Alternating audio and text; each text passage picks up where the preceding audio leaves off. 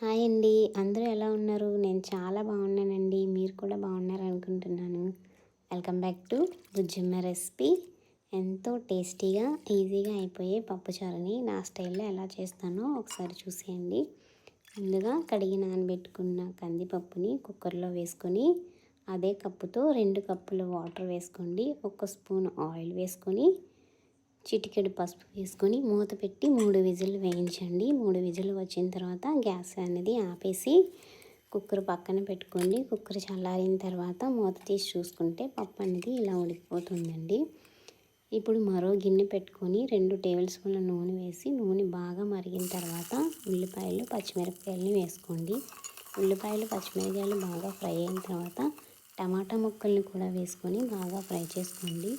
మీకు కావాలనుకుంటే ఉల్లిపాయలు టమాటాలు మొత్తం అన్నీ వేసేసి కుక్కర్లో విజిల్ అనేది వేయించుకోవచ్చు. నేనైతే ఇలా చేస్తున్నాను. ఇందాక ఉడకబెట్టిన పప్పుని ఈ ఉల్లిపాయల్లో వేసుకొని బాగా ఫ్రై చేసుకోండి. దాని తర్వాత చింతపండు రసాన్ని కూడా యాడ్ చేసుకోండి. తర్వాత మీకు ఎంత వాటర్ కావాలో అంత వాటర్ని యాడ్ చేసుకోండి. నేనైతే కొంచెం వాటర్ అయితే యాడ్ చేస్తున్నాను. అలాగే ఉప్పు కారంని కూడా వేసేసుకోండి. ఉప్పు రుచికి తగ్గట్టు వేసుకోండి. కారం కూడా కొంచెం వేసుకోండి. తర్వాత కరివేపాకు వేసి పప్పుచారుని బాగా మరగనివ్వండి. 2-3 పొంగులు వచ్చిన తర్వాత మీరు ఇంకొకసారి తాలింపు అనేది పెట్టుకోండి. ఇంకా ఈ వీడియో కనుక మీకు నచ్చినట్టయితే ప్లీజ్ లైక్ చేయండి, షేర్ చేయండి అండ్ కామెంట్ కూడా చేయండి. ఇంకా ఈ పప్పుచారు అయితే ఇలా మరిగిపోయింది కదా.